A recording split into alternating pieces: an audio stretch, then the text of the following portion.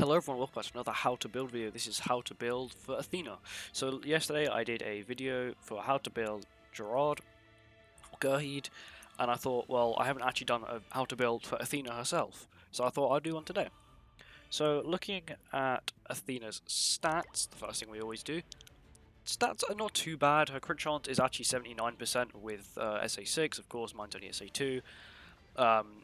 When they rerun it again, I'll probably end up doing a sort of, collaboration video, so I'll probably end up leveling them up.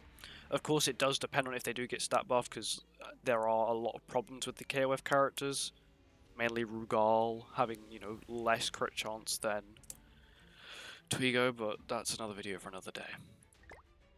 But let's go into cards. So cards, this card literally has no effect until level 3, which has a stun. I'm not sure what other, there's another character that has this card, and I don't know who it is off the top of my head. But, the chance of you getting a level 3 card is very rare, but, let's just say your entire team gets wiped. Athena's in the back. Athena drops down. There's a higher chance of pulling a level 3, a stun. It might be clutch. She also does have a detonate card. Of course, we all know that detonate can hit very, very hard.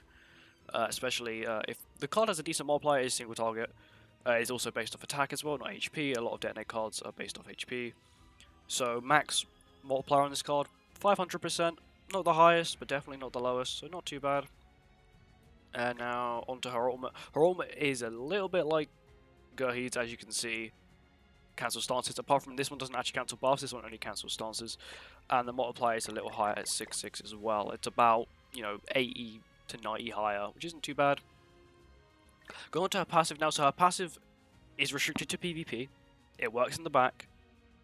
And it's pretty much the exact same as Gerheed's, which is when you kill an enemy on your turn, it then removes their ultimate gauge at the end of the turn, which is pretty useful. Of course, if you're versing suicide teams, it does make it a lot easier. And if you do have her, I recommend using her in the back for Brawl, especially on your own suicide team. It does make it much easier. But yeah, she is limited to PvP. I'm not sure. Let me actually check races. Let's check. So hers also limited to PvP. No, so hers works everywhere. So Gerheed's works everywhere, where Athena's only works in PvP. So of course there is now benefits and drawbacks to both. So Athena, it's a passive. You don't actually have to, defeat a boss like a million times to get it, but it only works in PvP. But Gerheed's, she's another character. She's less exclusive, but you have to beat a boss to get it, but it works everywhere. So of course there are drawbacks. There's positives and negatives to each. But overall, I'm not sure which one has the highest CC. My Athena, she's running HP defense, but we'll get into that when we get to it. Heroic, I guess, is a sort of, I'm not sure. Maybe if you're in a 1v1 at the end, both teams have been completely wiped, and she pulls a stun card, she may be able to clutch it. If the hero is hit by an enemy skill and takes more than takes 30% or more HP.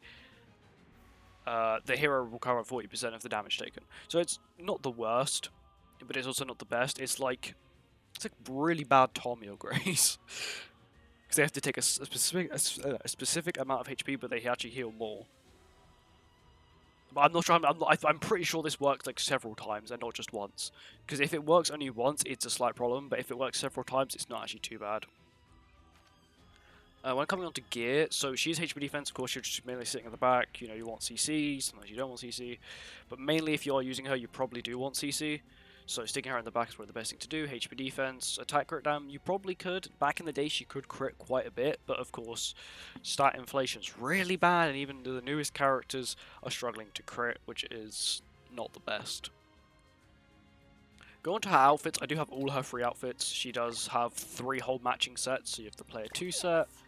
Which has a whole set to it, all with the same color, and then you do have the Apprentice Mage set that also has a whole set as well, which is pretty cool. I do like that they give you 3 whole sets for these characters. I'm pretty sure most of the KOF characters have 3 whole sets of gear, outfits.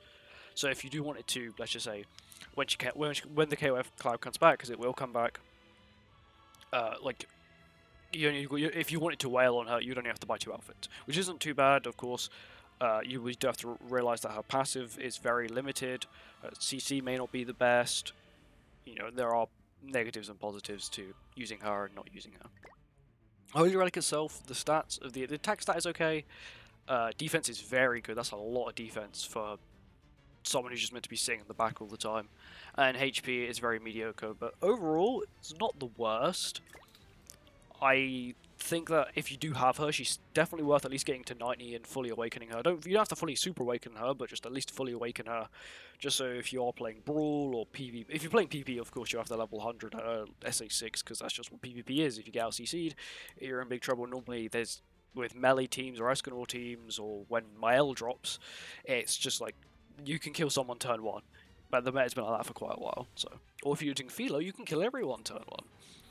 But Philo is broken and in her own sort of bubble. But anyway, thank you for watching this video. If you enjoyed this video, make sure to like, comment, subscribe, and I'll see you all in the next one. Bye bye.